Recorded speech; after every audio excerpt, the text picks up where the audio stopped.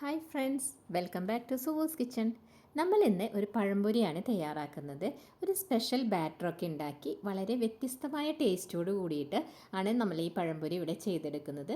അപ്പോൾ നമ്മളുടെ ഈ ഒരു സ്പെഷ്യൽ പഴംപൊരിയിലേക്ക് കടക്കുന്നതിന് മുന്നായിട്ട് നിങ്ങൾക്ക് എൻ്റെ വീഡിയോ ഇഷ്ടപ്പെടുകയാണെങ്കിൽ ഒന്ന് ലൈക്ക് ചെയ്യാനും അതുപോലെ തന്നെ സബ്സ്ക്രൈബ് ചെയ്യാനും മറക്കരുത് കേട്ടോ.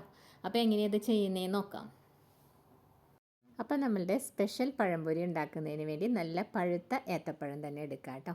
എന്നിട്ട് ഇതിൻ്റെ തോലൊക്കെ മാറ്റി ഇതുപോലെ ഒന്ന് കട്ട് ചെയ്ത് കൊടുക്കുക. നടുവേ ഒന്ന് കട്ട് ചെയ്തതിന് ശേഷം ഇതുപോലെ കുറച്ച് കട്ടിയിൽ കേട്ടോ, ഒട്ടും തിന്നായിട്ടല്ല, ഒരല്പം തിക്നെസ്സോട് കൂടി തന്നെ ഇതുപോലെ ഒന്ന് കട്ട് ചെയ്തെടുക്കുന്നുണ്ട് കേട്ടോ. ഇങ്ങനെ എല്ലാ പീസസും നമ്മൾ ഇതുപോലെ ഒന്ന് കട്ട് ചെയ്തെടുക്കുകയാണേ. അപ്പോൾ ഞാനിതിവിടെ എല്ലാം ഒന്ന് കട്ട് ചെയ്ത് എടുത്ത് വെച്ചിട്ടുണ്ട്. ഇനി നമുക്ക് ഇതിലേക്ക് ഒരു സ്പെഷ്യൽ കൂട്ട് തയ്യാറാക്കാനുണ്ട്. അത് എങ്ങനെയാണ് ചെയ്യുന്നതെന്ന് നോക്കാം. അപ്പോൾ നമ്മളുടെ ഈ പഴംപൊരിയുടെ സ്പെഷ്യൽ മിക്സ് തയ്യാറാക്കുന്നതിന് വേണ്ടി ഒരു പകുതി ഏത്തപ്പഴം ഇതുപോലെ മിക്സിയുടെ ജാറിലേക്ക് ഒന്ന് കട്ട് ചെയ്തെടുക്കുക. അതിനുശേഷം അതിലേക്ക് ഒരു അര കപ്പ് തേങ്ങ ചെരുകിയതും ചേർത്ത് കൊടുക്കുന്നുണ്ട് കേട്ടോ. ഇതിനോടൊപ്പം തന്നെ ഞാനിപ്പോൾ ഇവിടെ 1 ടേബിൾ സ്പൂണാണ് പഞ്ചസാര എടുത്തിട്ടുള്ളത്. നിങ്ങൾക്ക് കുറച്ചുകൂടി മധുരം വേണമെന്നുണ്ടെങ്കിൽ ഒരു 1.5 ടേബിൾ സ്പൂൺ വരെ എടുക്കുക കേട്ടോ. ഇനി ഇതൊന്ന് നന്നായിട്ട് അരച്ചെടുക്കുക. നന്നായിട്ട് അരഞ്ഞ് കിട്ടുന്നില്ലെങ്കിൽ 1-2 ടേബിൾ സ്പൂൺ വെള്ളം കൂടെ ചേർത്തിട്ട് ഒന്ന് നന്നായിട്ട് അരച്ചെടുക്കുക കേട്ടോ. അപ്പോൾ ഞാൻ അതുപോലെയാണ് അരച്ചെടുത്തിട്ടുള്ളത്. ഇത് ഈ ഒരു ബൗളിലേക്ക് ഒഴിച്ചു കൊടുക്കുന്നുണ്ട്. അപ്പോൾ 1-2 ടേബിൾ സ്പൂൺ മാത്രം വെള്ളം ചേർത്താൽ മതിയാവും. അപ്പോൾ നമ്മൾ ആ ഒഴിച്ച് വെച്ച ബാറ്റർ ഉണ്ടല്ലോ, തേങ്ങയുടെയും അതുപോലെ പഴമൊക്കെ കൂടി ഒരു ബാറ്ററാക്കി വെച്ചിട്ടുണ്ടായിരുന്നില്ല, ആ ബാറ്ററിലേക്ക് അര കപ്പ് മൈദയും ഒരു 1/4 കപ്പ് റവയും ഇതിനോടൊപ്പം ഒരു 1/4 കപ്പ് തന്നെ ആട്ടപ്പൊടി, അതായത് ചപ്പാത്തിയൊക്കെ ഉണ്ടാക്കുന്ന ഗോതമ്പ് മാവും കൂടെ ഇട്ട് കൊടുക്കുക. പിന്നെ ഒരു കളറിന് വേണ്ടിയിട്ട് എപ്പോഴും നമ്മൾ യൂസ് ചെയ്യുന്ന പോലെ തന്നെ ഒരു അര ടീസ്പൂൺ മഞ്ഞൾപ്പൊടിയും ആവശ്യത്തിനുള്ള ഉപ്പും കൂടെ ചേർത്ത് കൊടുക്കുക കേട്ടോ. എന്നിട്ട് ഒരു വിസ്ക് വെച്ചിട്ട് ഇതൊന്ന് നന്നായിട്ട് ആദ്യം മിക്സ് ചെയ്ത് കൊടുക്കുക.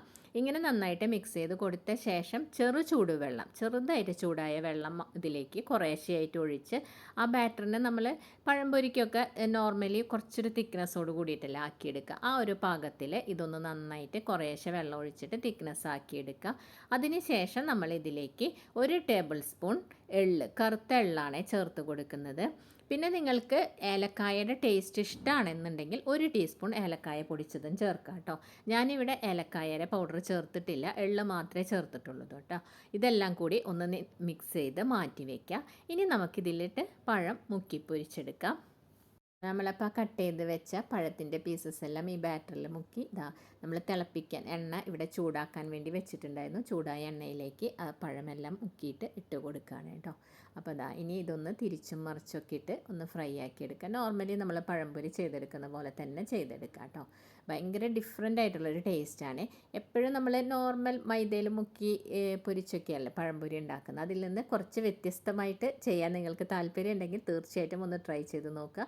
വളരെ വ്യത്യസ്തമായിട്ടുള്ള ഒരു ടേസ്റ്റാണ്. അപ്പോൾ ഞാനിതെല്ലാം ഇതിലേക്കൊന്ന് ഫ്രൈ ആയി വന്നപ്പോൾ വേറൊരു പാത്രത്തിൽ ടിഷ്യൂ വെച്ചിട്ട് ഇങ്ങനെ ഒന്ന് മാറ്റി കൊടുക്കുന്നുണ്ട് കേട്ടോ. അപ്പം നമ്മളിവിടെ പഴംപൊരി എല്ലാം തന്നെ ചെയ്തെടുത്തിട്ടുണ്ട് കേട്ടോ. എളുപ്പത്തിൽ തന്നെ വളരെ ഡിഫറെൻറ്റ് ടേസ്റ്റോടു കൂടി ചെയ്തെടുക്കാവുന്ന ഒരു പഴംപൊരിയാണ്. എല്ലാവരും ഒന്ന് ട്രൈ ചെയ്ത് നോക്കണം കേട്ടോ.